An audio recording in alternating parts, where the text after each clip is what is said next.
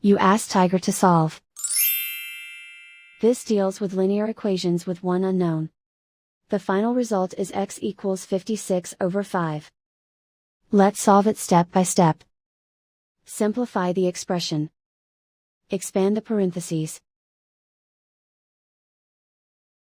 Multiply the coefficients.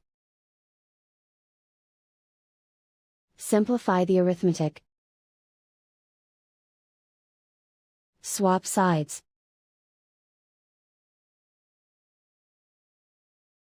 Group all constants on the right side of the equation. Add 16 to both sides. Simplify the arithmetic.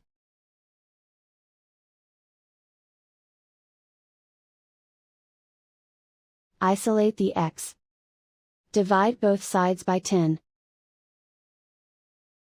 Simplify the fraction. Find the greatest common factor of the numerator and denominator. Factor out and cancel the greatest common factor. And so the final result is x equals 56/5.